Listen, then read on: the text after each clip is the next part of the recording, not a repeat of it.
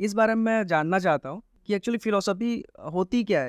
तो अगर मैं कुछ रिसर्च कर रही हूँ उससे अगर सोसाइटी में कुछ चेंजेस नहीं आ रहा है तो मेरा रिसर्च वेस्ट है अकॉर्डिंग टू मी। इसलिए I have selected transgender community. वही चीज़ मैं उसमें प्रूव करना चाहती हूँ कि ट्रांसजेंडर ये भी हैं जो बुक लिख रहे हैं, ट्रांसजेंडर वो भी हैं जो भीख मांगते हैं।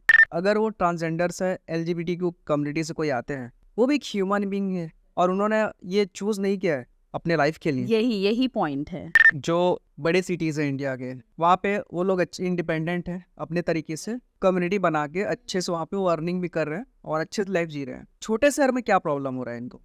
और अब बड़े सिटीज़ में ये सारी चीज़ें बहुत इजीली एक्सेप्टेड हैं। लेस्बियंस हैं, गेज हैं, दे आर गेटिंग मैरिड। इतने स्टडी करने के बाद आप क्या सोचते हो दुनिया के बारे में? मतलब कुछ एक कॉन्टेक्स्ट तो होगा आपके दिमाग में कि क्या सोचते हो आप दुनिया के बारे में? देखिए मतलब कैसी है मेरा दुनिया? बताइए। दुनिया बहुत बेकार है।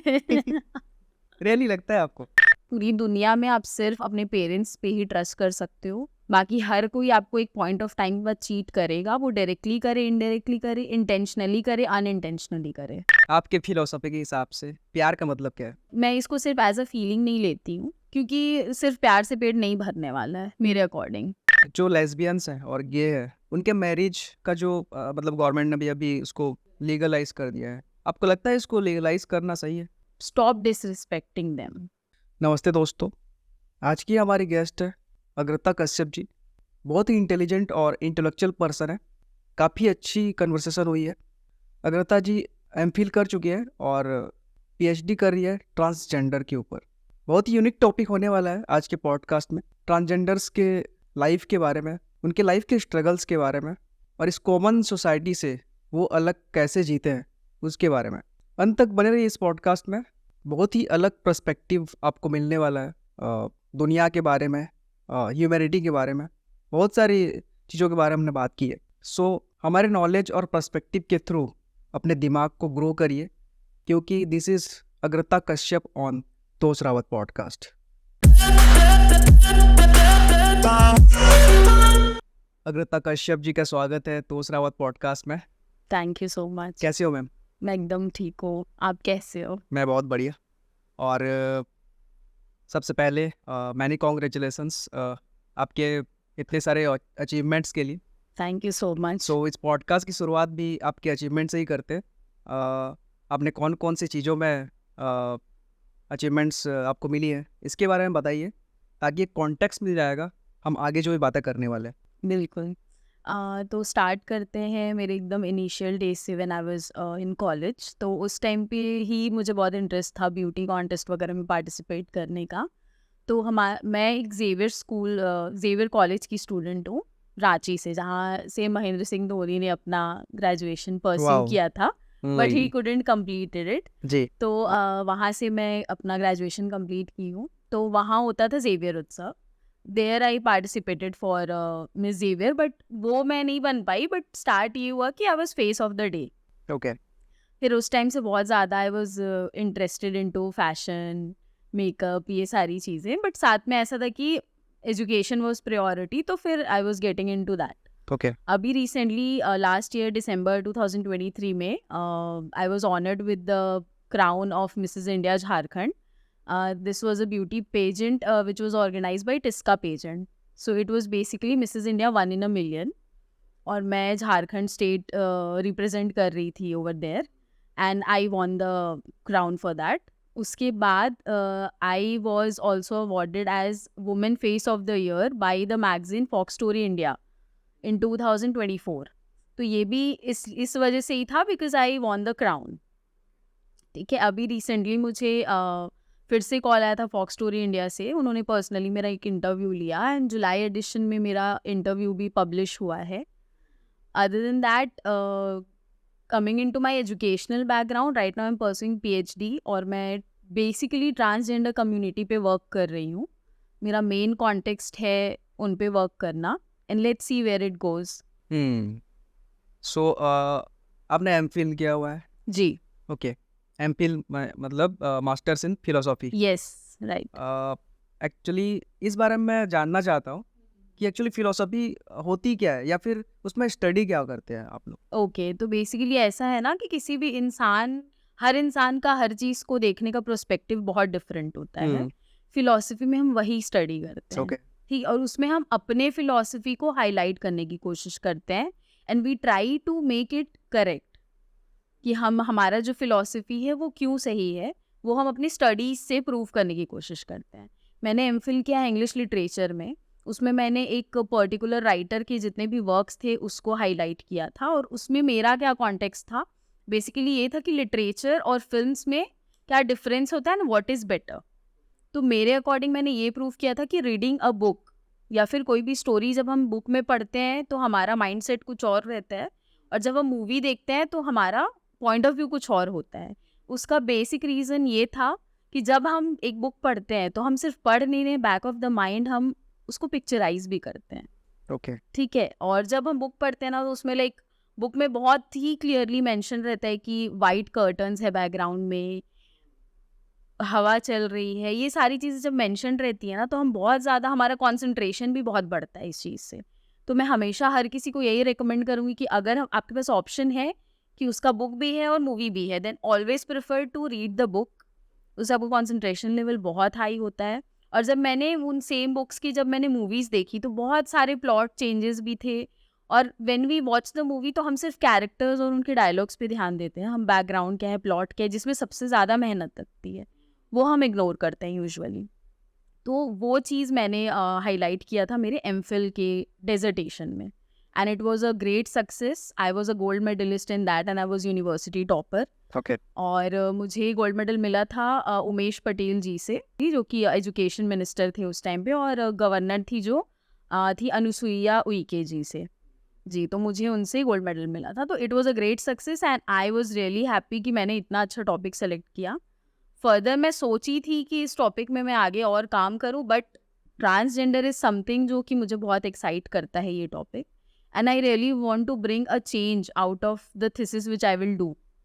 तो अगर मैं कुछ रिसर्च कर रही हूँ उससे अगर सोसाइटी में कुछ चेंजेस नहीं आ रहा है तो मेरा रिसर्च वेस्ट है अकॉर्डिंग टू मी, इसलिए I have selected transgender community. So transgenders के बारे में बात करते हैं, बट उससे पहले आई थिंक कि जो एक टर्म है LGBTQ कम्युनिटी, जी, सो मैं चाहता हूँ कि उसको आप पहले ब्रेक डाउन करिए कि LGBTQ कम्युनिटी होती क्या है। तो बेसिकली ऐसा है कि इस कम्युनिटी का ब्रेक डाउन करते हैं। L L is for lesbians. Lesbians ऐसा है कि they are born women, but वो वुमेन के लिए अट्रैक्टेड होते हैं, ठीक है। नेक्स्ट होता है जी, जी इज गे, जो कि मेन होते हैं, men are attracted towards women, they can fall in love with men, ठीक है। उसके बाद है टी, टी इज ट्रांसजेंडर्स, जो होते मतलब वो पैदा होते हैं फॉर एग्जाम्पल मेन, बट उनकी आत्मा होती है वुमेन की, वो इंटरनली जानते हैं कि वो उनको सजने का शौक है, उन्हें पसंद है मेकअप करना, उन्हें बाल बढ़ाना पसंद है, वो उनको खुद पता रहता है बट वो सप्रेस करके रखते हैं। कुछ लोग उस चीज़ को बयां कर देते हैं कि हाँ मुझे ये पसंद है और अपने आप को वो चेंज करते हैं, वो होता है ट्रांसजेंडर्स। क्यों होता है क्वीर, क्वीर में ऐसा है बेसिकली कि they are still questioning themselves, they are not sure कि वो किस चीज़ में इंटरेस्टेड, वो मेन में इंटरेस्टेड है, वुमेन में इंटरेस्टेड हैं, या वो ट्रांसजेंडर हैं, दे आर स्टिल कोई। तो ये एक अम्ब्रेला टर्म होता है बेसिकली, ठीक है। LGBTQ, अभी इसमें ऐसा क्या है कि AI+ भी ऐड हो चुका है। तो इसमें ऐसा होता है कि एक होता है एसेक्सुअल और एक होता है इंटरसेक्सुअल, ठीक है। तो intersexual open to all, asexual who is not very much interested in sexuality, ठीक है। तो इस चीज़ को ऐसा है कि बेसिकली बहुत माइनर कम्युनिटी है, तो सारे तरह के लोगों को एक कम्युनिटी बना के उसमें ऐड कर दिया गया। But transgender comes under gender, male female and transgender, it comes under gender, क्योंकि अब ये ऑप्शन आपको यूजुअली, आप कोई गवर्नमेंट एग्जाम का फॉर्म फिल कर रहे हो या कुछ ऐसा अच्छा कोई फॉर्म फिल कर रहे हो, उसमें आपको ये ऑप्शन मिलेगा अदर का, दैट इज फॉर देम, जो कि पहले नहीं था। तो basically LGBTQ community is all about this. आप ट्रांसजेंडर्स के ऊपर रिसर्च कर रही हो, जी, उनके ऊपर स्टडी कर रही हो, सो उनकी स्ट्रगल्स क्या है एक्चुअली, मतलब जो हम लोग जैसे हैं, उनकी लाइफ कैसी है, अलग हमसे अलग कैसी है, या फिर कैसे वो लोग रह रहे हैं? जी, तो देखिए ऐसा है कि जब मैं रिसर्च कर रही हूँ तो मैं बहुत सारे डिफरेंट लोकेशंस में जाती हूँ विजिट करने, उनसे मिलती हूँ, उनसे इंटरव्यू लेती हूँ, उनका लाइफस्टाइल क्लोजली विजुअलाइज करने की कोशिश की है मैंने। एक पूरा दिन भी स्पेंड किया था मैंने रायगढ़ की ट्रांसजेंडर कम्युनिटी के साथ भी। तो उनका देखिए उनका ना बेसिक कंसर्न ये है कि if you can not give us respect, don't disrespect us. उनका सिर्फ बेसिक रिक्वायरमेंट यही है सोसाइटी से कि आप प्लीज़ हमें रिस्पेक्ट दो, और अगर रिस्पेक्ट नहीं दे सकते तो डिसरिस्पेक्ट भी नहीं करो। और उससे ज़्यादा क्लोजली मतलब जो बहुत इमोशनली मुझे बुरा लगा कि ऐसे कोई ट्रांसजेंडर नहीं है जिनको सुसाइडल थॉट नहीं आया है। या तो उन्हें थॉट आया है या तो उन्होंने कोशिश भी की है सुसाइड कमिट करने की, विच इज़ वेरी सैड। ये चीज़ मुझे पता चली। अदर देन दैट, अगर उन एक तो ऐसा होता है कि उनके फैमिली भी उनको एब्सकॉन्ड कर देते हैं। बहुत सारे फैमिली होते हैं जो सोसाइटी की वजह से उनके कॉन्टैक्ट में नहीं रहना चाहते हैं पब्लिकली, पर्सनली वो मिलते हैं। ऐसे भी पेरेंट्स हैं जो पर्सनली अलग से अपने बच्चों से जाके मिलते हैं, बट वो सोशली उनको एक्सेप्ट नहीं करते हैं। बहुत होते हैं जो एब्सकॉन्ड कर देते हैं कि आप निकल जाओ, आप अपना देख लो, है ना? तो वैसे लोगों को ये सबसे ज़्यादा प्रॉब्लम होता है कि उनको रहने के लिए जगह नहीं है। अब वो जब चाहते हैं कि ठीक है हम रेंट में घर ले लेते हैं, तो कोई उन्हें रेंट में घर नहीं देना चाहता है। उनको देखने का नज़रिया ही बहुत डिफरेंट है, विच इज़ रॉन्ग। जब गवर्नमेंट ने तो अपना काम कर दिया ना उनके लिए राइट्स वगैरह प्रोवाइड करके, अब एज अ सोसाइटी हमारा क्या काम है? उनको एक्सेप्ट करना, जो हम नहीं कर रहे हैं। तो they are also not blaming the government. उनसे मैंने जब बात की ना, उनका नहीं है ब्लेम गवर्नमेंट को। उन गवर्नमेंट को जो करना था बेस्ट पॉसिबल वे में गवर्नमेंट ने किया, बट सोशली उनको जो एक्सेप्टेंस मिलना चाहिए वो नहीं मिल रहा है। तो ये बहुत डिसहार्टनिंग है, और मेरा तो एम यही है कि अगर किसी एक इंसान का भी मेंटालिटी चेंज होता है मेरे रिसर्च के थ्रू, तो that is going to be a huge success. तो आप अपने रिसर्च के थ्रू ये करना चाहती हो कि लोग उनको मतलब सोसाइटी उनको एक्सेप्ट करे, राइट, क्योंकि वो भी ह्यूमैनिटी का एक पार्ट है, डेफिनेटली ह्यूमन बीइंग है। ह्यूमन बीइंग है। राइट, तो हम जितना चाहे भी एवोल्यूशन का बात करें, हम 5 ट्रिलियन 7 ट्रिलियन इकोनॉमी की बात करते हैं, डेफिनेटली। और हम चांद पे मार्स पे जाने की बात करते हैं, लेकिन मेंटलिटी अगर हम देखें तो हम ह्यूमैनिटी पे ही अटके हुए हैं। हाँ, राइट। अगर हम, क्योंकि अगर वो ट्रांसजेंडर्स है, एलजीबीटी कम्युनिटी से कोई आते हैं, वो भी एक ह्यूमन बीइंग है, और उन्होंने ये चूज़ नहीं किया है अपने लाइफ के लिए। यही पॉइंट है कि हम आपको तो बनने नहीं बोल रहे हैं, हमको भगवान ने ऐसा बनाया है। हम तो नहीं बोल रहे कि अरे तुम मर्द हो, तुम औरत हो, तो तुम क्यों बोलते हो कि मैं ट्रांसजेंडर हूँ? भाई तुम्हें क्या प्रॉब्लम है? मुझे तुमसे सर्टिफिकेट नहीं चाहिए। उनका यही कहना है। तो अगर हम इसके रूट पे जाएं, या फिर हम इसके इतिहास हिस्ट्री पे जाएं, जी, जो हमारे शास्त्र हैं या फिर महाभारत है, रामायण है, उनमें भी इनका जिक्र हुआ है। डेफिनेटली सो हुआ है। इनके बारे में बताइए कि इनका इतिहास क्या है। देखिए रामायण की अगर हम बात करें तो जब भगवान श्री राम वनवास के लिए निकल रहे थे, तो पूरे गांव के वासी उनको गए थे छोड़ने। उन्होंने बोला कि आप सब वापस जाइए अपने घर, जितने भी स्त्री और पुरुष हैं मैं सबसे निवेदन करता हूँ कि आप सब वापस जाइए, मैं अपना वनवास पूरा करके आता हूँ। ठीक है, जब वो 14 साल का वनवास पूरा करके वापस आए तो एक group of people were there. तो उन्होंने उनसे पूछा कि अरे आप यहाँ क्या कर रहे हैं? तो उन्होंने बोला कि महाराज आप जब से गए थे हम तब से यही इंतजार करें, क्योंकि आपने बोला था स्त्री और पुरुष को जाने, हम तो ना स्त्री है ना हम पुरुष हैं। तब श्री राम को पता चला कि ऐसी भी कोई कम्युनिटी है, ऐसे भी लोग हैं, है ना?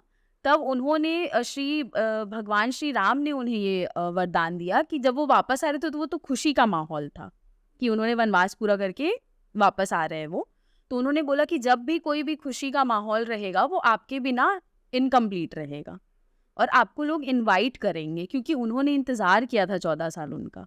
और ये तो गलती से हुआ था ना, श्री राम ने तो बस जनरली बोला था कि स्त्री और पुरुष जो भी हैं आप चले जाइए, उन्हें तो पता नहीं था, उन्हें वापस आने के बाद पता चला। तब से उनको मतलब अगर भगवान श्री राम इतना बड़ा ओहदा उन्हें दे रहे हैं, तो फिर हम लोग क्या हैं जो क्रिएचर हैं ह्यूमन के, उन्होंने उनको वो मतलब कि दिया है पोजीशन, तो हम लोग को बिल्कुल भी उस चीज़ को वेस्ट नहीं करना चाहिए, ना ही डिग्रेड करना चाहिए। अगर हम भगवान राम से इतनी सारी चीज़ें सीखते हैं, अच्छी चीज़ें, ये भी एक सीखने वाली चीज़ है। ये बात बहुत लोगों को पता नहीं है ना। अगर आप श्री राम की पूजा कर रहे हो तो उनके टाइम पे जितने लोग थे सबको तो आप भगवान की नज़र से देखते हो, वो चाहे उनके शिष्य थे, उनके हेल्पिंग हैंड थे, कोई भी थे। तो फिर जब जो उनका 14 साल तक इंतज़ार कर रहे थे, आप उनको क्यों गलत नज़रिए से देखते हो? अगर आप किसी से जनरली पूछो तो रामायण पढ़ेंगे जब कोई ना, तो उनका पर्सपेक्टिव उन्हीं लोगों के लिए अच्छा रहेगा, बट जनरल लाइफ में उनको वो एक्सेप्ट नहीं करना चाहते हैं, हम्म, विच इज़ वेरी रॉन्ग। ये अजीब बात है। ये बहुत अजीब बात है। ये मुझे समझ नहीं आता है कि हम इतना कल्चर का बात करते हैं, लेकिन हमको कल्चर के रूट्स के बारे में प्रॉपर नॉलेज है नहीं। जिनको है तो फिर वो आप एक्सेप्टेंस लेके आओ ना, या तो फिर आप कल्चर पूरी तरह से फॉलो ही मत करो, और अगर आप कर रहे हो तो हर चीज़ को फॉलो करो। सो वो जो ट्रांसजेंडर्स कम्युनिटी है, उनसे आप बातें करते हो, उनका पर्पस क्या होता है लाइफ में? मतलब वो क्या चाहते हैं और सोसाइटी से? एक चीज़ तो हो गया एक्सेप्टेंस, अब उनको एक्सेप्ट इस चीज़ से उनको करना ही पड़ेगा कि हम पैदा ऐसे ही हुए हैं। अब आगे और क्या? वो अपने फाइनेंस के लिए या फिर अपने जीविका के लिए क्या करते हैं? देखिए, जैसे कि बड़े शहरों की अगर मैं बात करूं, फॉर एग्जांपल पुणे में भी मैंने बहुत सारे ट्रांसजेंडर से मीटिंग अपना कंडक्ट करवाया था। मैंने उनसे मिला, मैंने टाइम वगैरह स्पेंड किया उनके साथ।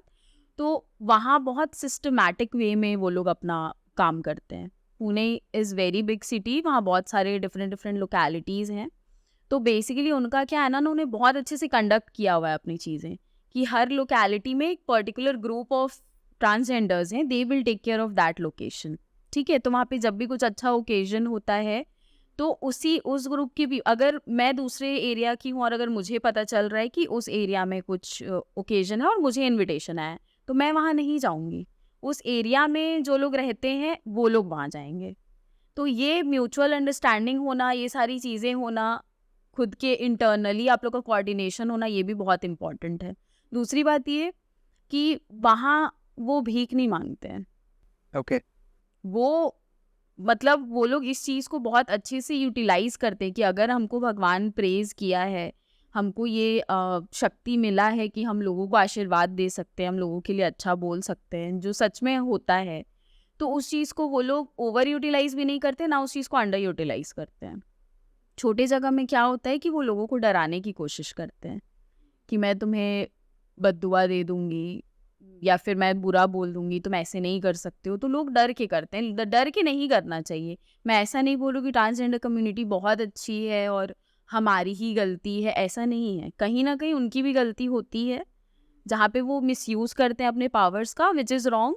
लेकिन वो क्यों उस पोजीशन पे पहुंचे? उनको इक्वल अपॉर्चुनिटीज़ नहीं मिला, उनको नहीं समझ में आया। वो छोटी जगह से बिलोंग करते हैं, वो पढ़े लिखे नहीं हैं। बहुत सारे, आप बिलीव नहीं करोगे, इतना बड़ा पॉपुलेशन है हमारे देश का, जिसमें कि इतने लोगों से मैं मिली हूँ, बहुत लोगों के पास आधार कार्ड भी नहीं है। तो टेक्निकली आप सोचो तो वो एग्जिस्ट ही नहीं करते हैं। अगर कल को जाके उन्हें कुछ होता है तो उनका कोई डेटा ही नहीं है, गवर्नमेंट के पास उनका कोई डेटा नहीं है, उनकी कोई आइडेंटिटी नहीं है। वो लोग इतना ज़्यादा संकोच करते हैं अपना आधार कार्ड फॉर्म फिल करने के लिए, उनको कहीं जाना पड़ेगा, उनको फेस करना पड़ेगा, अपना जेंडर रिवील करना पड़ेगा। उस चीज़ को वो अवॉइड करने के लिए अपना आइडेंटिटी ही छुपा देते हैं। तो ये सारी चीज़ें जब मुझे पता चली विथ टाइम, तो मेरे को ऐसा फील हुआ कि जो भी पॉसिबल हो सके मैं वो चीज़ करूं, और अगर मैं कुछ पर्सनली खुद नहीं भी कर सकती तो एटलीस्ट इनका जो पॉइंट ऑफ व्यू है वो मैं हाईलाइट करूं। तो ये था मेरा एक्सपीरियंस अभी तक का। तो सो उनके बारे में ये कह सकते हैं कि एक होता है बिहेवियर जो लोग करते हैं उनके साथ, जी, एक ये चीज़ है कि उनके बारे में उनको देख के हंसते हैं या फिर उनके बारे में मजाक करते हैं। शायद इस उस रीजन से वो या तो छुप जाते हैं या फिर कुछ ऐसी हरकत करते हैं जिससे आम इंसान को थोड़ा सा प्रॉब्लम भी हो सकता है, संकोच। दोनों तरीके से वो हाँ चीज़ें हाँ, हैं। डेफिनेट। सो आप इस रिसर्च के थ्रू आप क्या करना चाहती हो बेसिकली? बेसिकली देखिए, जो भी रूट्स वगैरह हैं इस कम्युनिटी के, मैं वो हाईलाइट कर रही हूँ। उसके अलावा बहुत सारे ऐसे लोग हैं जो ट्रांसजेंडर कम्युनिटी, जैसे मेरे रिसर्च में मैंने बहुत सारे ऐसे बुक्स को हाईलाइट किया जो ट्रांसजेंडर्स ने लिखा है। ओके। ठीक है, तो ऐसा है कि अगर वो बुक लिख सकते हैं तो उनका मतलब most of the novels are autobiography, उन्होंने खुद की लाइफ की स्टोरी लिखी है, जो कि लोग पढ़ना नहीं चाहते, और वो उतने भी लाइमलाइट में नहीं आए हैं वो सारे नॉवेल्स। उन सारे बुक्स का मैंने जिक्र किया है उस थीसिस में, ठीक है, जो रिसर्च मैं कर रही हूँ, और उसको मैंने रियल लाइफ से कंपैरिजन करने की कोशिश की है कि अब अगर कोई बुक लिख रहा है तो ऑब्वियसली वो काफ़ी टैलेंटेड है, लेकिन मैं हर कोई बुक नहीं लिख सकता ना, जिसके में डिफरेंट टैलेंट है वो लिख सकता है, कोशिश हर कोई करता है। वो ही चीज़ मैं उसमें प्रूव करना चाहती हूँ कि ट्रांसजेंडर ये भी हैं जो बुक लिख रहे हैं, ट्रांसजेंडर वो भी हैं जो भीख मांगते हैं। तो इससे क्या होगा कि अगर ये मेरा मैसेज जनरली किसी कम्युनिटी, ट्रांसजेंडर कम्युनिटी तक भी पहुंचता है, तो they will at least take their initiative to do something better in their life. वो लोग फिगर आउट करेंगे कि हाँ, लाइफ में और भी बहुत सारी चीज़ें जो हम कर सकते हैं। बहुत सारे कॉरपोरेट कंपनीज हैं जो जॉब की ऑफर्स अब ओपन अप कर रहे हैं फॉर थर्ड जेंडर, ठीक है, but they are not qualified enough to opt for the job, ठीक है। लेकिन आपको बुक लिखने के लिए तो क्वालिफिकेशन का रिक्वायरमेंट नहीं है ना, आप अपनी लाइफ में जो एक्सपीरियंस किया आप वो लिख सकते हो, बट उनको प्लेटफॉर्म नहीं पता है कि हम कहाँ से पब्लिश करें, हम लिखे तो वो हम किसके पास लेके जाएं। वो सारी चीज़ें, वो एक सोर्स ऑफ इंफॉर्मेशन मैं उसमें हाईलाइट करना चाहती हूँ, जिससे उनको पता चले कि वो अपने बेटरमेंट के लिए क्या कर सकते हैं। मतलब कि उनको भी चाहिए कि वो भी एक्सप्लोर करें और राइट, चीज़ों उनको को। गाइडलाइन की कमी है और वो बहुत हेजिटेंट होते हैं। ये चीज़ मैं जब उनसे मिली पर्सनली तब मुझे पता चला। और अगर आप थोड़ा सा भी, अगर आप उनको 1% भी अटेंशन देते हैं ना, तो बाकी 99% वो अटेंशन देंगे आपको, और वो इतने स्वीटली आपसे बिहेव करेंगे, आपको बिल्कुल भी ऐसा नहीं फील होगा कि वो ट्रांसजेंडर है या कुछ भी। सिर्फ माइंड सेट का खेल है हर चीज़। अगर आपका मेंटालिटी उनके लिए नेगेटिव है तो वो कितना भी कुछ अच्छा कर लें, आप उसको पॉजिटिवली नहीं ले सकते हो। अगर हम माइंड सेट चेंज कर लिए तो बहुत जनरलाइज हो जाएगा ये कम्युनिटी और बहुत इजी हो जाएगा उनके लिए लाइफ। हमारे लिए तो इजी है हर चीज़, हम लोग को हर चीज़, मतलब it is a cup of tea for us but it is not a cup of tea for them. So जो बड़े सिटीज़ हैं इंडिया के, वहाँ पे आप बोल रहे हो कि वहाँ पे वो लोग अच्छे इंडिपेंडेंट हैं अपने तरीके से, राइट, हाँ। कम्युनिटी बना के अच्छे से वहाँ पे वो अर्निंग भी कर रहे हैं और अच्छे से लाइफ जी रहे हैं। छोटे शहर में क्या प्रॉब्लम हो रहा है इनको? छोटे शहर में क्या हो रहा है ना, कंपटीशन सोचते हैं, छोटे छोटे ग्रुप बन जाते हैं। छोटे शहर में ऑब्वियसली कम पॉपुलेशन होगा, ट्रांसजेंडर्स का भी ग्रुप बनते हैं, वो आपस में ही उनको टाइम नहीं मिलता है ना एक दूसरे को compete करने का। अगर वो एक हो जाएं, कम्युनिटी वर्ड क्यों यूज़ होता है, एक साथ होने के लिए। वो एक साथ अगर हो जाए सब कोई, तो वो लोग बहुत अच्छा कर सकते हैं। बट ये भी प्रॉब्लम है कि उनको एक्सपोजर नहीं मिला है। मे बी उनको ऐसा आइडिया नहीं हो ना कि बड़ी सिटीज़ में ऐसा होता है या हम ऐसा कर सकते हैं। उनके नॉलेज में भी ये चीज़ डालना ज़रूरी है। उसके लिए क्या ज़रूरी है कि वो जनरल लोगों से बात करें, मेल फीमेल, अपने कम्युनिटी से बाहर निकलें और बाकी लोगों से बात करें, जो वो कर नहीं पाते हैं। हम कॉमन मैन या फिर कॉमन वुमन के लिए आसान है क्योंकि हम घूमते हैं हाँ, हर जगह, एक्सप्लोर एक्सप्लोर करते करते हैं हम लोग हैं, कुछ ना 10 लोगों कुछ। से बात करते हैं, 10 लोगों का ओपिनियन हमको मिलता है। कभी-कभी किसी और की बातें सुन के हम कुछ करते हैं और उस चीज़ में हम सक्सेस भी होते हैं। तो क्या होता है कि we are open to options. लोग आते हैं, हमको ज्ञान देते हैं, हम लोगों को ज्ञान देते हैं, उनको कोई नहीं है ज्ञान देने वाला। हेजिटेट भी करते हैं वो बहुत ज़्यादा। बहुत ज़्यादा। और वो हेजिटेंट नेचर हमारी वजह से ही है उनके अंदर। अगर हम नॉर्मलाइज करें कि अगर कोई लड़की जाती रहेगी तो मैं नहीं देखूंगी ना, अगर मैं देखूंगी तो मैं नॉर्मली देखूंगी कि हाँ बहुत अच्छी लग रही है, मैं ऐसे मन में सोचूंगी और निकल जाऊंगी। बट अगर कोई ट्रांसजेंडर जाएगा तो आप भी देखोगे, मैं भी देखूंगी, उतने में ही तो वो एम्बैरेसमेंट फेज उसको 10 सेकंड के ही रोड क्रॉस करने में फील हो गया, तो वो कैसे आगे आपसे बात करेगा। तो इसमें एजुकेशन सिस्टम का भी कुछ रोल है कि इस बारे में पढ़ाया नहीं गया। बहुत बड़ा रोल है, बहुत बड़ा रोल है। मतलब हम हिस्ट्री पढ़ा लेते हैं, ज्योग्राफी, इकोनॉमिक्स, हर तरह का सब्जेक्ट है। अगर हम हिस्ट्री में इस टॉपिक को इंक्लूड करें तो रूट्स क्लियर हो जाएगा। अगर हम इकोनॉमिक सिस्टम के टॉपिक में जब हम इंडियन पॉपुलेशन के बारे में बात करते हैं तब हम इनका पॉपुलेशन इंक्लूड करें, हमको बहुत कम कंट्रीब्यूशन देना पड़ेगा एजुकेशन सिस्टम में अगर हमको इनके बारे में हाईलाइट करना है तो। और हमारा वो छोटा सा कंट्रीब्यूशन इनके लिए लाइफ चेंजिंग रहेगा।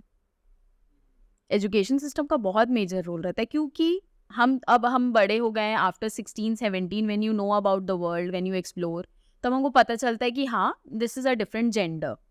और हमारे जनरेशन से अब थोड़ा एक्सेप्टेंस आ गया है, बट हमारे पहले से जो जनरेशन थी या जो छोटे बच्चे हैं अभी भी, वो सुनते हैं कि अरे हमारे एक्टिविटी से ही तो वो सीखते हैं ना जो छोटे बच्चे रहते हैं।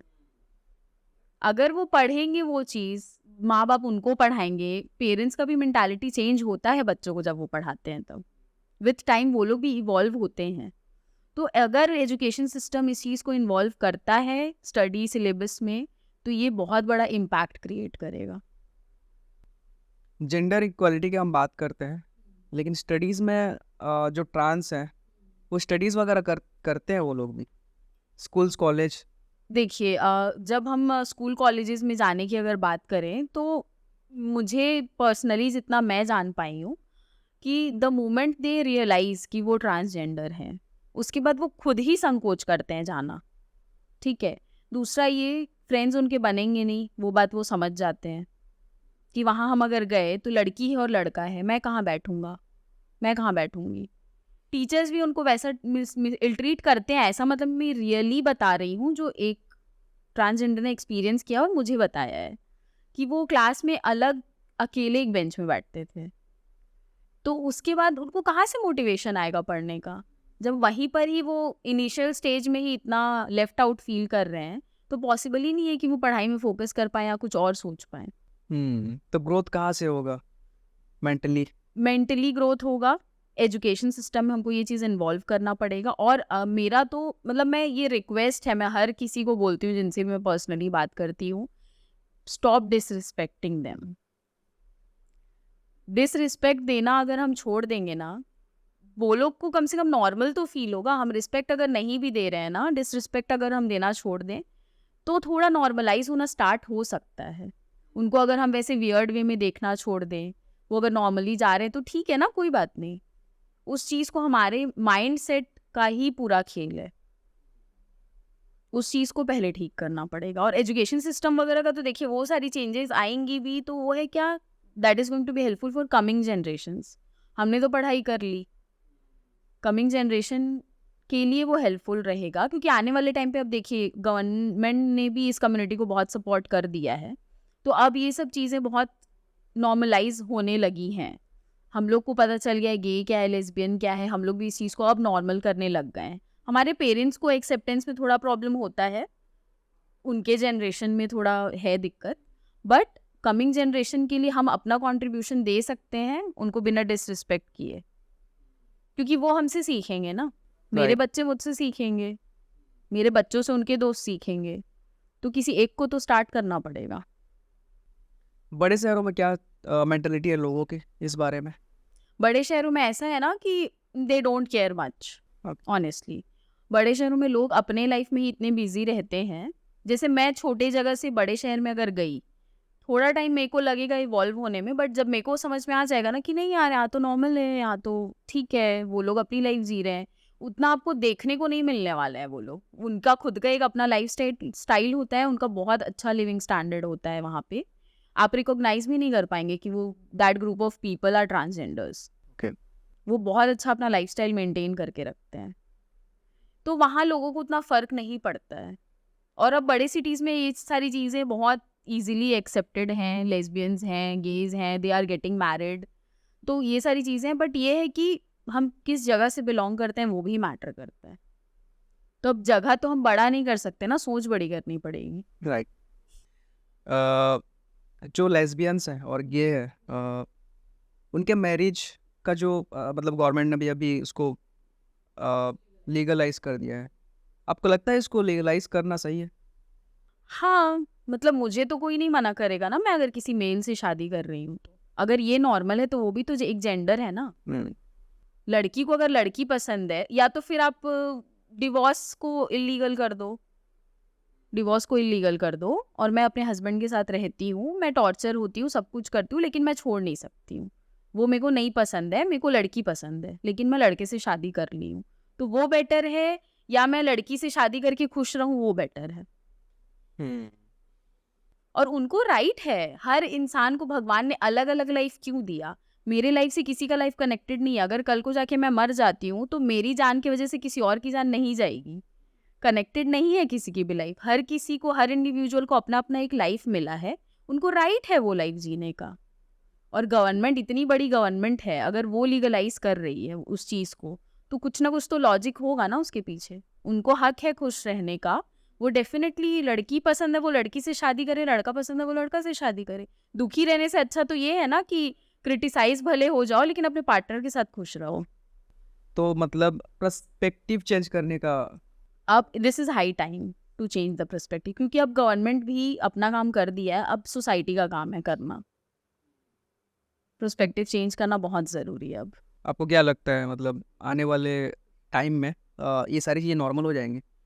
देखिए हम लोग को अपना इनिशिएटिव तो लेना पड़ेगा, हम लोग को नॉर्मलाइज करना पड़ेगा। हमारे होने चाहिए लेस्बियन फ्रेंड्स और गे फ्रेंड्स, हमारे होने चाहिए। There is nothing wrong in that, क्योंकि फिर हमको भी तो बुरा लगेगा ना, क्योंकि अगर ऐसा भी तो हो सकता है अगर टेबल टर्न हो गए, अगर हमको वैसा कर दिया और उनकी कम्युनिटी बड़ी हो गई, तब तो हमें लगेगा ना कि हमको एक्सेप्टेंस नहीं मिल रहा है। तो इसलिए अब नॉर्मलाइज करके सबको एक साथ रहना चाहिए। तुम किसी उनकी लाइफ से हमारी लाइफ में कोई डिस्टर्बेंस नहीं आ रहा है एनीवेज। तो मेरे हिसाब से हम लोग को प्रोस्पेक्टिव चेंज करना पड़ेगा कमिंग टाइम में। ऑब्वियसली ये थोड़ा रिवॉल्यूशनरी मूव है, थोड़ा टाइम लगेगा, बट हर इंसान को अपना कॉन्ट्रीब्यूशन देना चाहिए। उसके बाद विथ टाइम मेरे ख्याल से नॉर्मलाइज हो जाएगा। फिलोसॉफी जो है इसका, मैं अगर कुछ अपने तरीके से बोल सकता हूँ इसमें कि अगर इस चीज़ को नॉर्मलाइज करना है तो अपने पर्सपेक्टिव को देखने का नज़रिया बदलना पड़ेगा कि जो जिस सिचुएशन में है, अगर कोई गे है, लेस्बियन है या फिर ट्रांस है, उनके जगह में खुद को रख के देखना पड़ेगा हमको। तभी समझ में आएगा, तभी हमको वो पर्सपेक्टिव मिलेगा नए नज़रिए से देखने का।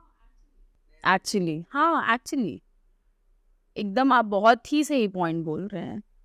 बिकॉज ना सिर्फ ट्रांस की बात है, हम नॉर्मल चीज़ें भी, जनरल चीज़ें भी होती है। अगर सामने वालों को समझना चाहते हैं तो उनकी सिचुएशंस पे जाके, उनकी जगह पे जाके थिंकिंग करना पड़ेगा वो उनको कैसा फील होता है। किसी भी सिचुएशन में अगर पेरेंट्स किसी बात पे अगर पेरेंट्स को बुरा लगता है, हमको लगता है कि ओवर रिएक्ट कर रहे हैं, तुम उनकी जगह पे खुद को रख के देखो। उन्होंने क्या स्ट्रगल्स किए तुमको बड़ा करने में, उनके क्या क्या टफ पॉइंट्स थे, टर्निंग पॉइंट्स थे, जिसको ओवरकम करके वो तुमको यहाँ पहुँचाए। जब तक हम उनके जगह पे खुद को नहीं रख के देखेंगे, वो चाहे कोई भी सिचुएशन हो, हम कभी भी उस इंसान का पेन नहीं समझ सकते। हम पेरेंट्स की बात कर रहे थे कि उनका मेंटेलिटी थोड़ा टाइम लगेगा चेंज होने के लिए। आपके पेरेंट्स का क्या उसमें थिंकिंग था, जो आप इतना आगे जा रही इसमें कर रही जी, हैं इसको लेके, हाँ। तो उनका क्या थिंकिंग था आपने जब उनको बताया? देखिए मेरे parents they are very supportive और वो बहुत ओपन माइंडेड है। लाइक उनका ऐसा है कि बहुत ही उनका ये मेंटालिटी की लाइफ हर किसी को एक बार मिलती है, तुमको हर वो चीज़ करना चाहिए जो तुम करना चाहती हो। वाह। बस कभी भी ऐसा कोई चीज़ ना करो जो तुम अपने पेरेंट्स के सामने नहीं कर सकती हो। If you get the thought कि ये मैं मम्मी पापा के सामने नहीं कर सकती हूँ, मतलब वो गलत है। उनका शुरू से यही कहना रहा है। जैसे मेरी मम्मी हैं, she is a working woman, she is into women and child development, ministry of women and child development department. तो वो वहाँ हेड काउंसलर है सखी वन स्टॉप सेंटर में। तो वो बहुत इनिशियल डेज से वुमेन का जो भी प्रॉब्लम रहता है वो बहुत क्लोजली देखती हैं उन सब चीज़ों को। वो उनको काउंसिल करती हैं, she tries to figure out कि क्या प्रॉब्लम है। उनके मल्टीपल सेशंस होते हैं और फिर केस क्लोज होता है, जो भी वुमेन और चाइल्ड से रिलेटेड केसेस होते हैं डिस्ट्रिक्ट लेवल पे। तो वो सारे काउंसलिंग्स मेरी मॉम करती हैं। तो उनका प्रोस्पेक्टिव लाइफ को लेके बहुत डिफरेंट है। उनका लिटरली हमेशा यही कहना रहता है, यू लिव ओनली वंस। और ऐसा नहीं, अगर हमको भगवान इस दुनिया में भेजा है तो हर इंसान का कोई ना कोई पर्पस रहता है इस दुनिया में आने का। अगर वो पर्पस तुम खुद फिगर आउट कर लो तो बहुत अच्छी बात है, और फिर उसमें काम करना स्टार्ट करो। जितने भी ट्रांसजेंडर्स के मैंने इंटरव्यू लिए, जितने भी मीटअप्स किए, हर एक मीटअप में मेरे फादर मेरे साथ गए थे। सारे इंटरव्यूज़ उन्होंने रिकॉर्ड किए, सारे पिक्चर्स उन्होंने क्लिक किए। Even he invited them for lunch at our home. और मैं जब भी रायगढ़ आती हूँ and they get to know कि मैं आई हुई हूँ, वो खुद कॉल करते हैं, वो खुद आते हैं मेरे घर मिलने के लिए। उसके अलावा अगर उनको कभी कहीं ट्रैवल करना है, कुछ भी इश्यू है, मतलब मेरे father is very much open to help them कि अगर आपको कुछ भी प्रॉब्लम हो रही है, ट्रैवल कन्वीनियंस चाहिए, कुछ भी है, यू कैन कॉन्टैक्ट मी। जो भी पॉसिबल हो पाता है मेरे पेरेंट्स करते हैं उनके लिए। तो दे आर वेरी सपोर्टिव। जब उनको भी पता चला था इस टॉपिक के बारे में तो मतलब वो एक्साइटेड हुए थे कि अरे ये तो बहुत डिफरेंट है, कैसे आया दिमाग में, ऐसा वैसा। फिर उन्होंने भी मुझे बहुत सारे आइडियाज़ दिए। ओके। तो ये मेरे लिए बहुत, मतलब मेरी लाइफ का सबसे बड़ा इंकरेजमेंट पार्ट मेरे पेरेंट्स हैं। They are very encouraging and I am very glad to be their child. Support की बहुत ज़्यादा ज़रूरत होती है इस चीज़ में। बहुत ज़्यादा, बहुत ज़्यादा। जब आपने शुरू किया स्टडीज़ में और रिसर्च करने के लिए, जब आप ट्रांस से मिलने भी जाती थी, तब क्या-क्या चैलेंजेस आए आपको? अभी भी बहुत सारे चैलेंजेस आते हैं। ऐसा है ना कि उनसे मिलना भी ईज़ी नहीं है। वो लोग बहुत हेज़िटेंट फ़ील करते हैं मिलने से पहले। उनको या तो लगता है कि कुछ काम से आए होंगे या तो कुछ इन्विटेशन देने आए होंगे। उनको ये नहीं लगता है कि उनके भले के लिए कोई कुछ करने के लिए आ सकता है उनके पास। ये बहुत बड़ा प्रॉब्लम है। दूसरा ये कि देखिए, रायगढ़ के ट्रांसजेंडर से तो मिल भी लेते हैं कि ठीक है, रायगढ़ छोटी जगह है, people know each other. But जब दूसरे सिटी में आप जाओ तो आपको बहुत प्रॉब्लम होती है। जैसे बिलासपुर है, बिलासपुर में ऐसा है कि एक उनका एक प्रॉपर लोकेलिटी है, कोठी एक एरिया है, वहाँ उनकी एक क्या बोलते हैं उनको, हेड हैं, ठीक है। उनके कांटेक्ट में आपको आना पड़ेगा, फिर आप उनसे कन्वे करो कि आपका क्या कॉन्टेक्स्ट है आने का, आप क्यों आए हो, आपको क्यों मिलना है। तो वो बहुत प्यार से रखती हैं पूरी कम्युनिटी को, और वो सारे भी उनकी सारी बातें मानते हैं। दे फॉलो हर रूल, और सारी चीज़ें बहुत ही अच्छे से कोऑर्डिनेटेड है वहाँ पे भी। तो थोड़ा ये सब में प्रॉब्लम होता है, आपको कॉन्टैक्ट्स रखना ज़रूरी है, नहीं तो फिर आप मल्टीपल अटेम्प्ट्स करो, बार बार उनसे मिलो, उनको थोड़ा आपको ट्रस्ट गेन करना पड़ेगा, तब वो ओपन अप होंगे। वो ईजिली अपने पर्सनल इश्यूज नहीं शेयर करने वाले हैं। वो उनको, क्योंकि उनको लगता है ना कि उससे उससे उनकी इंसल्ट हो रही है, या वो अपने पर्सनल मैटर्स क्यों बताएं। उनको ये नहीं पता है ना कि आपका एम क्या है उनके लाइफ के बारे में जानने के पीछे। तो उनको कंफर्टेबल फील कराना बहुत इम्पॉर्टेंट है, तब वो ओपन अप होते हैं, और फिर ग्रेजुअली वो धीरे धीरे चीज़ें बताना। मतलब मेरे को पूरा एक दिन लग गया, तब वो शाम को by the end of the day she conveyed me about the suicide thing, कि उनके 5 लोग एक साथ रहते हैं और पाँचों में ऐसा कोई भी नहीं है जो कि ट्राई नहीं किया है, सुसाइड अटेम्प्ट नहीं किया है, या उनको सुसाइडल थॉट नहीं आए हैं, क्योंकि ये बहुत सेंसिटिव बात है।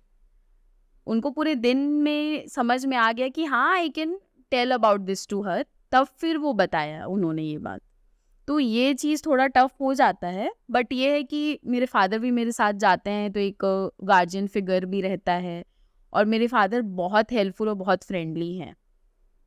तो वो भी थोड़ा, मतलब उनकी बातों से ही उनको थोड़ा कॉन्फिडेंस आ जाता है कि हाँ, हम इनसे बात कर सकते हैं, इनको चीज़ें बता सकते हैं, शेयर कर सकते हैं। तो थोड़ा ये छोटा मोटा स्ट्रगल रहता है, बट ठीक है, इतना बड़ा मेजर टॉपिक है, रिसर्च के लिए है, तो ये तो करना ही पड़ेगा। सो कुछ क्वेश्चंस कभी करते होंगे आपको वो लोग? हाँ, बिल्कुल किस करते हैं। किस तरीके के क्वेश्चन करते? जैसे वो पूछते हैं कि आप क्या करने वाले हो हमारे इंटरव्यू का, आप फोटो कहाँ डालोगे, आप वीडियो कहाँ डालोगे, आप क्या क्या डालोगे बताना, पहले आप हमें शेयर करना, फिर आप किसी को देना। मतलब वो बहुत इनसिक्योर फील करते हैं खुद को लेके। जब उनको पता चला कि आप ये सब काम कर रही हो, उनका क्या रिएक्शन होता था? वो बहुत खुश थे, ओके। क्योंकि मुझे उनको अपना काम दिखाना पड़ा कि मैं ऑलरेडी इतना काम कर चुकी हूँ, मैं इतने लोगों से मिल चुकी हूँ। तब फिर वो खुश हुए कि चलो कोई तो इनिशिएटिव ले रहा है, इसलिए वो लोग इतने हैप्पीली आते हैं। जब भी मैं यहाँ आती हूँ ना, दे वांट टू मीट। उनको थोड़ा होमली फील होता है, और घर पे भी जैसे वो आते हैं तो हम या तो लंच या डिनर पे उनको इनवाइट करते हैं, और वो बहुत अच्छे से आते हैं, खुशी खुशी जाते हैं। तो मेरे को बहुत अच्छा लगता है, और मतलब रिसर्च की वजह से मैं पर्सनली भी बहुत अटैच हो गई हूँ इस कम्युनिटी से। तो मेरे को पर्सनली भी लगता है कि इवन आफ्टर रिसर्च जो भी पॉसिबिलिटीज़ हो पाए, मैं कंट्रीब्यूट करूँगी इनके लिए। सो अब आपके दिमाग को एक्सप्लोर करना चाहता हूँ मैं। बिल्कुल। तो आपने कैसे सोचा कि मुझे इस डोमेन में ही थीसिस लिखना है? ओके, तो बेसिकली मेरी एक गाइड हैं। पीएचडी जब आप परस्यू करते हैं, आपको एक गाइड अलॉट होते हैं। वो आपको गाइड करेंगे थ्रू आउट, उस सब्जेक्ट के वो मास्टर होते हैं। तो वो एचओडी हैं हमारे, कलिंगा यूनिवर्सिटी से मैं कर रही हूँ अपना पीएचडी। तो डॉक्टर शिल्पी भट्टाचार्य मैम है मेरी गाइड। तो उन्होंने पहले भी कुछ स्टूडेंट्स को कन्विंस करने का कोशिश किया था अबाउट दिस टॉपिक। वो कुछ रिसर्च पेपर्स भी लिख चुकी हैं ट्रांसजेंडर्स पे। तो स्टूडेंट्स स्टार्ट करते थे टॉपिक, और कुछ 3-4 मंथ्स में ही वो बैकआउट कर देते थे कि नहीं मैम, ये टॉपिक नहीं हो पाएगा, नहीं कर पाएंगे, कंटेंट नहीं मिल रहा है, रिसर्च के लिए लोग नहीं मिल रहे हैं, और जो भी XYZ उनको रीजंस देना था, तो वो बहुत फेडअप हो चुकी थी। तो उन्होंने एक ट्राई मेरे साथ भी किया कि इस टॉपिक पे तुम कर सकती हो, अगर कर पाओ तो। कहीं ना कहीं उनको कुछ पोटेंशियल लगा होगा कि शायद मैं कर लूँगी। उसके बाद मैंने डिस्कस किया अपने पेरेंट्स से भी, तो उन्होंने भी बहुत प्रमोट किया इस चीज़ को। फिर मैम ने ही थ्रू आउट मुझे गाइड किया कि ऐसे ऐसे तुम करो, लोगों से मिलो, इंटरव्यू कंडक्ट करो, तुम खुद पर्सनली एक्सपीरियंस करो उनकी लाइफ को, तभी तुम अटैच होके कर पाओगी चीज़ें। तो उसके बाद फिर इस टॉपिक का मैंने अब फिर जैसे जैसे विद टाइम मैं रिसर्च करते गई, कुछ बुक्स पढ़े मैंने, कुछ स्टोरीज पढ़ी और कुछ वीडियोस वगैरह देखती थी मैं। तो उसके बाद मेरा इंटरेस्ट पर्सनली बहुत बढ़ गया, और मिलने के बाद तो फिर मुझे लगा कि नहीं, this is the perfect topic I should go with, और फिर अब मैं उसी में रिसर्च करूँगी। फिलोसफी हेल्प करती है इन चीज़ों में? फिलॉसफी हेल्प करती है पार्शियली, क्योंकि हर इंसान का अलग अलग फिलॉसफी होता है ओके। हर चीज़ को लेके। तो मेरी फिलॉसफी मैं आपको बता सकती हूँ, उस चीज़ को अडेप्ट करना आपका चॉइस है। तो मैं सिर्फ शोकेस कर सकती हूँ, उसके लिए ऑथेंटिक रीजंस दे सकती हूँ कि क्यों वो चीज़ करेक्ट है। अब उस चीज़ को आपके पॉइंट ऑफ व्यू से आप कैसे एक्सेप्ट करते हो उस चीज़ को, वो हर एक इंडिविजुअल पे डिपेंड करता है। तो ये पार्शियली रोल रहता है उसका, फैक्ट्स बेस्ड होना चाहिए रिसर्च। तो अपने जो कॉमन मैन है, जो हम लोग हैं और जो ट्रांस हैं, उनके थिंकिंग और हमारे थिंकिंग में फ़र्क क्या लगता है आपको? ठीक है, वो एक हेजिटेशन है उनके लाइफ में, बहुत स्ट्रगल्स है, बट फिर भी कुछ फ़र्क आपको लगता है लाइफ को लेके? हाँ, मुझे ऐसा लगता है कि हम लोग अपनी लाइफ को बहुत कैजुअल लेते हैं, हम लोग लाइफ को वैल्यू नहीं करते हैं। ओके। वो लोग अपनी लाइफ को वैल्यू करते हैं, वो ये जिस है। हाँ, वो डेफिनेटली वैल्यू करते हैं। वो उनके दिमाग में सुसाइडल थॉट्स क्यों आते हैं? एक्सेप्टेंस नहीं मिलता है इसलिए। और जब उस चीज़ से वो ओवरकम कर लेते हैं ना, तब वो बहुत अच्छे से अपनी लाइफ को वैल्यू करते हैं। अपने आप को, हम लोग को देखिए, आप देखिएगा, मतलब मेरी ही बात अगर आप कर लो, मैं हर दिन मेरे को कुछ ना कुछ एक दिक्कत रहती है अपनी लाइफ में कि अरे यार ये क्यों हो रहा है, अरे यार वो क्यों हो रहा है। मतलब मैं सोशली अगर मेरे को एक्सेप्टेंस मिल रहा है, ये सबसे बड़ी बात है। ओके, ये बड़ी बात। ये बहुत बड़ी बात है, अगर मुझे सोशल एक्सेप्टेंस मिल रहा है, मेरे को एक्सेप्टेंस के लिए स्ट्रगल नहीं करना पड़ रहा है। इस चीज़ को हम बहुत ग्रांटेड लेते हैं as normal male and female, but transgenders के लिए ये बहुत बड़ी बात है। अगर उनको ज़रा सा भी सोशल एक्सेप्टेंस मिलता है, तो वो उस चीज़ को और इन्हांस करते हैं। उनके लिए अपनी लाइफ की बहुत वैल्यू होती है। एक बार वो ओवरकम कर लिए बैड फेज को, उसके बाद they are good to go. Trans spiritual होते हैं? बहुत बहुत स्पिरिचुअल होते हैं। ऐसा क्यों? मैं मिली हूँ जितने भी ट्रांसजेंडर्स से, उनका मतलब ऐसा है कि वो ग्रुप बना के मथुरा, वृंदावन साल में 2 बार 3 बार डेफिनेटली जाते हैं। ट्रांसजेंडर्स बहुत स्पिरिचुअल होते हैं, क्योंकि अब इंसानों से तो उनको ऐसी भी उम्मीद नहीं है ना, भगवान से ही उम्मीद रखेंगे, जी।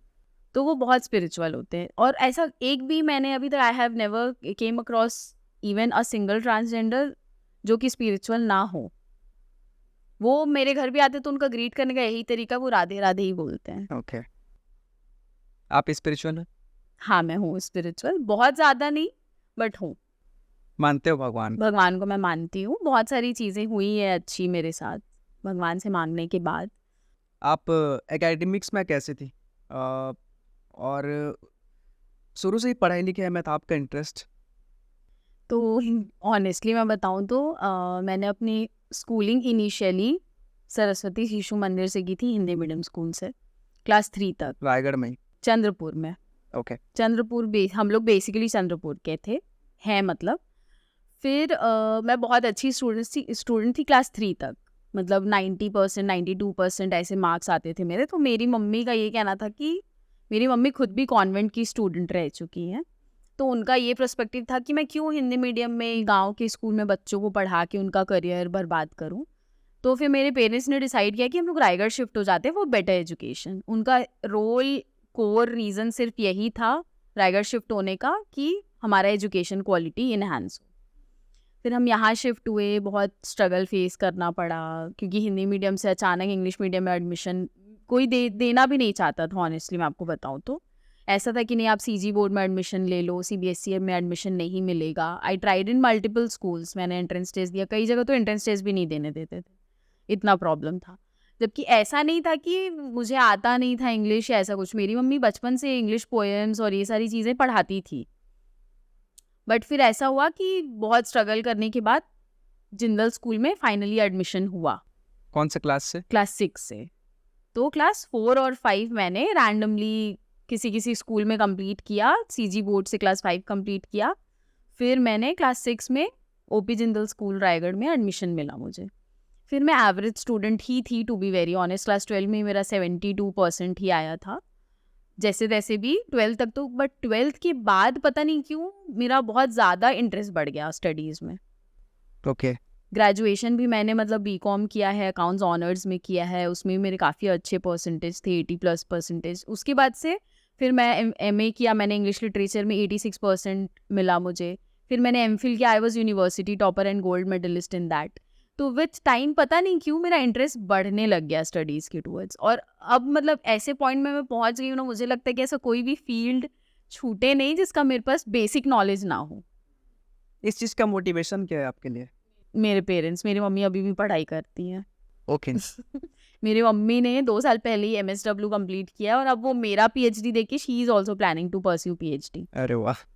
PhD का बेस्ट पार्ट ये है कि उसके लिए कोई एज लिमिट नहीं होती है, आप कभी भी PhD परस्यू कर सकते हो, आपके पास मास्टर्स होना चाहिए। तो मतलब मेरे घर का एनवायरनमेंट बहुत अच्छा है एजुकेशन को लेके।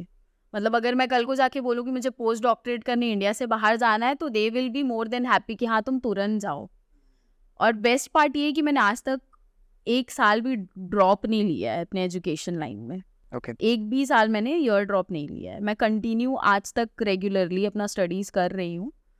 और बस अब PhD अगर मेरा बहुत सक्सेसफुल रहा तो I will plan for post PhD। इसको लेके, स्टडीज़ को लेके मेरे पास 2-3 पर्सपेक्टिव्स हैं लोगों के। हम लोग ऐसे ही डिस्कस करते रहते हैं तो उसमें निकल के आता है।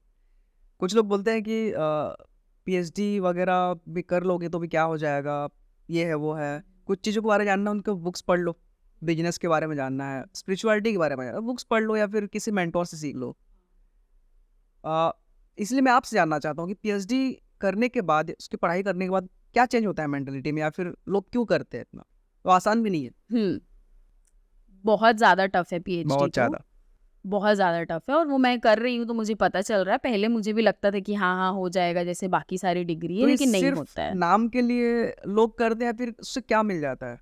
देखिए PhD बेसिकली क्या होता है, फिलॉसफी इन डॉक्टरेट। ठीक है, इसमें आप किसी टॉपिक पे रिसर्च करते हो, तो आपको किसी एग्जिस्टिंग रिसर्च पे रिसर्च नहीं करना है। आपको किसी एग्जिस्टिंग रिसर्च के कॉन्टेक्स्ट में अपना कुछ नया रिसर्च करना है जो कमिंग जनरेशन को या इस दुनिया के काम आ सके। ओके। ठीक है। उसके अलावा PhD का दूसरा, अगर आप प्रोफेशनली देखो तो आप एज अ प्रोफेसर किसी भी यूनिवर्सिटी में ज्वाइन कर सकते हो if you have the PhD degree. अब ये कंपलसरी हो गया है कि PhD डिग्री आपके पास होना चाहिए to join as assistant professor और प्रोफेसर इन एनी यूनिवर्सिटी। मेरा PhD पर्सनली, मेरा प्रोस्पेक्टिव क्या है PhD करने का, to bring a change in coming generations mentality for transgender community. अब जैसे कोई है जो कि साइंस में कर रहा है PhD, उनका कोई एक्सपेरिमेंट है, तो वो एक्सपेरिमेंट के पीछे भी उनका कोई थीम है ना, जिससे कुछ ऑब्जेक्टिव होगा ना PhD करने का। कोई टॉपिक अगर वो उठा रहे होंगे तो उनका कुछ एम होगा।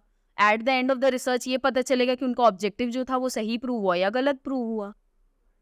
तो ऐसा नहीं है कि PhD बस कर लिए, बुक में कुछ क्या नॉलेज मिलेगा। बुक में जो नॉलेज है आप अपना क्या दे रहे हो, आप अपना क्या ऐड ऑन कर रहे हो उसमें। PhD में आप अपना ज्ञान ऐड ऑन कर रहे हो, जो बुक में है उसके अलावा आप एक्स्ट्रा क्या उसमें ऐड कर सकते हो, वो आपका कंट्रीब्यूशन है उस टॉपिक को लेकर। कॉन्टेक्स्ट मिल गया एक अब। यस। इसको ऐसे समझ सकते हैं कि जैसे अभी टेक्नोलॉजी में ChatGPT की बात होती है, हाँ, आप ChatGPT का यूज़ करके अपना कुछ और बिल्ड कर सकते हो।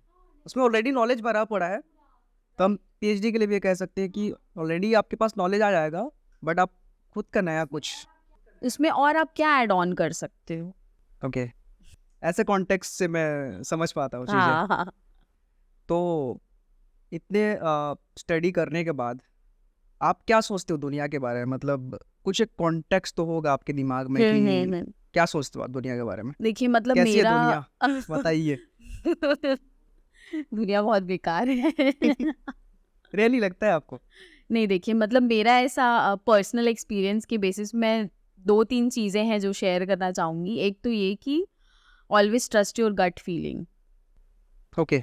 Always trust your gut feeling, क्योंकि वो अ, अभी या आने वाले टाइम पे आपको समझ में आ जाएगा कि अरे यार, उस दिन मेरे को लगा था ऐसा होने वाला है, मैं उस टाइम ऐसा की नहीं और आज वैसा हो गया। तो मेरे हिसाब से हमेशा अपना गट फीलिंग आप फॉलो करो, ट्रस्ट योर गट्स। वो आपको कुछ ना कुछ इंडिकेट करना चाहता है। दूसरा ये कि आप एक्सपेक्टेशंस मत रखो लोगों से, क्योंकि ना मैं जो एक्सपीरियंस कर रही हूँ, सरप्राइज और शॉक में ना एक्सपेक्टेशन का एक थिन लाइन होता है। ठीक है, अगर आप एक्सपेक्टेशन रख रहे हो किसी से और अगर वो नहीं करता है तो आप शॉक में जाते हो कि यार इसने ऐसा कैसे नहीं किया, ये तो बेसिक था, मैंने इतना ही सा एक्सपेक्टेशन रखा था। लेकिन अगर आप एक्सपेक्ट नहीं कर रहे हो और अगर आपके लिए कोई कुछ कर रहा है तो आप सरप्राइज होगे ना कि वाह इसने ऐसा किया। आपको कोई उम्मीद ही नहीं है ना, आप कुछ एक्सपेक्टेशन मत रखो, आप हमेशा सरप्राइज होगे, आप शॉक में कभी जाओगे ही नहीं। और थर्ड ये है कि पूरी दुनिया में आप सिर्फ अपने पेरेंट्स पे ही ट्रस्ट कर सकते हो। बाकी हर कोई आपको एक पॉइंट ऑफ टाइम बाद चीट करेगा, वो डायरेक्टली करे, इनडायरेक्टली करे, इंटेंशनली करे, अनइंटेंशनली करे। तो हमेशा अपने पेरेंट्स की बात मानो, और वो ही हैं जो आपका भला सोच सकते हैं। कभी ऐसा होगा कि उस मोमेंट में आपको लगे कि यार क्यों ऐसे कर रही हैं मम्मी या पापा, क्यों ऐसे बोल रहे हैं, मेरे को यही करने का मन है, मेरे को एजुकेशन में यही पढ़ने का मन है। तो उस पॉइंट पे क्या है कि अगर आपको if you are self confident कि मैं इसमें एक्सेल करूँगा, आप उनको कन्विंस करो। बट अगर लाइफ में कुछ बड़ा डिसीजन लेना है और अगर पेरेंट्स टोक रहे हैं आपको कि सोच लो, मत करो या कुछ भी, या उनका कोई और ओपिनियन है, आपसे ऑपोजिट ओपिनियन है, ऑलवेज फॉलो देम। दोस्त है आपके लाइफ में? बहुत सारे फ्रेंड्स हैं। क्या समझा दोस्ती के बारे में आपने? दोस्ती के बारे में देखिए, मेरे मतलब गाइज फ्रेंड्स बहुत ज़्यादा हैं, गर्ल्स फ्रेंड्स बहुत लिमिटेड हैं। गाइज फ्रेंड्स मेरे बहुत ज़्यादा हैं और मैं ये मतलब बाकी लोगों का तो नहीं पता, मेरा पर्सनल एक्सपीरियंस ऐसा है कि मैं बहुत प्रोटेक्टेड फील करती हूँ उनके around. They are like my family, मतलब वो मेरे चोजन फैमिली हैं, टू बी वेरी ऑनेस्ट। और मेरे स्कूल टाइम के जो फ्रेंड्स थे वो आज तक फ्रेंड्स हैं, मैंने नए दोस्त बनाए ही नहीं है। मेरे जितने दोस्त हैं वो स्कूल टाइम से ही हैं, क्योंकि स्कूल टाइम पे हम बहुत रॉ होते हैं, हमको कोई मतलब मन में छल नहीं रहता है किसी के लिए, हम सिर्फ फ्रेंडशिप के लिए ही फ्रेंडशिप करते हैं। तो मेरे वो फ्रेंड्स आज तक हैं, टचवुड, और वो लाइफ टाइम रहेंगे। ओके। आपके फिलोसफी के हिसाब से प्यार का मतलब क्या है? मेरे फिलॉसफी के हिसाब से प्यार का मतलब ऐसा है कि देखिए, मतलब मैं इसको सिर्फ एज अ फीलिंग नहीं लेती हूँ, मैं प्रैक्टिकली भी लेती हूँ प्यार को, क्योंकि सिर्फ प्यार से पेट नहीं भरने वाला है मेरे अकॉर्डिंग।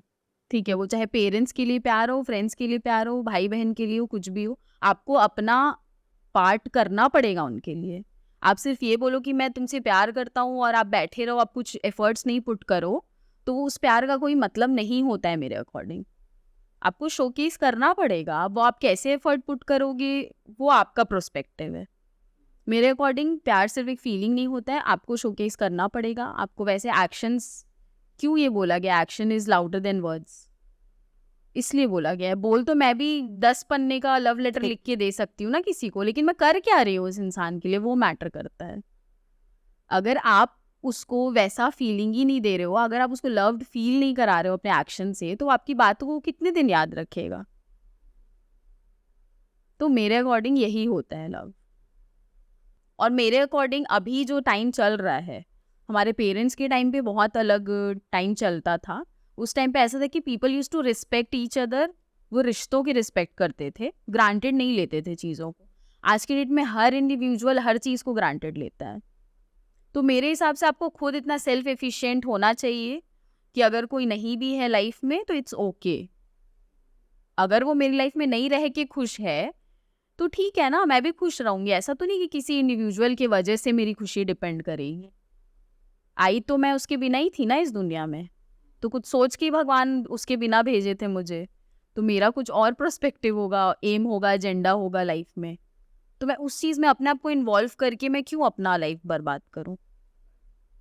2 साल की रिलेशनशिप को लेके मैं अपना 20 साल, अगर आने वाला 20 साल बर्बाद कर रही हूँ उसके बारे में सोच के, जिसको कुछ फर्क भी नहीं पड़ता शायद, तो वो फिर वन साइडेड वैसा लव आप अपने साथ ही गलत कर रहे हो। लव के बारे में मेरे कुछ पर्सपेक्टिव है। ये पर्सनल लेवल की बातें हो गई। मैं थोड़ा ब्रॉड इसको करता हूँ। जैसे लव के बारे में ये सोचता हूँ मैं कि आप सबसे पहले ह्यूमैनिटी को सोचो। हम जैसे ट्रांस की बात कर रहे थे, मेल फीमेल की बात कर रहे हैं, LGBTQ की बात कर रहे हैं। मुझे लगता है यहाँ पे प्यार की ज़रूरत है, बिकॉज उसके बाद तो जेलसी हो गया या फिर सोसाइटी के जो चीज़ें हैं डिवाइडेड कर देते हैं हम लोग चीज़ों को। बहुत सारी चीज़ें हैं जिसकी वजह से अलग अलग पर्सपेक्टिव है। लव जहाँ पे आता है वहाँ पर्सपेक्टिव ख़त्म हो जाता है मेरे ख्याल से। और आई थिंक अगर आपको प्यार करना आ गया तो आप बहुत जल्दी स्पिरिचुअल बन जाते हो या फिर स्पिरिचुअलिटी आपको समझ आती है। ये मेरा थिंकिंग है। हाँ, आई डोंट नो। मैं बिल्कुल अग्री करती हूँ इस बात पे।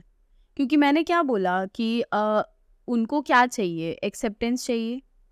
और मैंने ये भी बोला कि प्यार में सिर्फ बोलने से नहीं होता, हमको एक्शन दिखाना पड़ता है। अगर हम ट्रांसजेंडर्स की बात करें तो हमारा एक्शन क्या है, उनको एक्सेप्ट करना। अगर हम बोले, अगर मैं बोलती हूँ कि नहीं मैं बहुत अटैच्ड हूँ ट्रांसजेंडर से, लेकिन मैं उनके लिए कुछ कर नहीं रही हूँ, तो उनको क्या मतलब है मैं अटैच्ड हूँ भी तो। राइट। इसलिए एक्शन मैटर करता है। वो चाहे कोई भी रिलेशन हो, कोई भी कम्युनिटी हो, किसी भी लेवल का लव हो, प्यार हो, जो भी हो, आपको एक्शन दिखाना पड़ेगा मेरे अकॉर्डिंग, तभी वो चीज़ प्रूव हो सकता है। सो आपसे बात करके अच्छा लगा। मैं बस ये जानना चाहता था कि आपके बहुत सारे पर्सपेक्टिव देखना चाहता था, और मेरे कुछ पर्सनल सवाल थे जिनके जी, जवाब आई थिंक मुझे मिल गए। और होप कि लोगों को भी अच्छा लगे ये podcast. Yes, I really hope कि मेरा जो मैसेज है अबाउट द ट्रांसजेंडर कम्युनिटी वो हाईलाइट हो, और जितने ज़्यादा हमारे एंड से कंट्रीब्यूशन हो सके हम वो जी करें। बिल्कुल।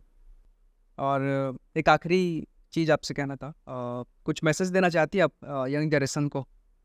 यंग जनरेशन को मैं बस यही मैसेज देना चाहूँगी कि आप बस वही करो दूसरों के साथ जो आप खुद के साथ एंटरटेन कर पाओगे। Thank you so much ma'am हमारे थैंक यू। पॉडकास्ट में आने के लिए। ये आपका पहला पॉडकास्ट है may be? Yes, yes. Okay, कैसा लगा मैम? बहुत अच्छा लगा मुझे, बहुत अच्छा एक्सपीरियंस था, and thank you for inviting me. Most welcome ma'am. ठीक है, एंड करते हैं इस पॉडकास्ट को। डेफिनेट। और आगे बहुत सारी बातें करनी है आपसे, और भी चीज़ों के बारे में। सो मिलते हैं next time, and thank you so much. Thank you Okay. So much, thank you for inviting me.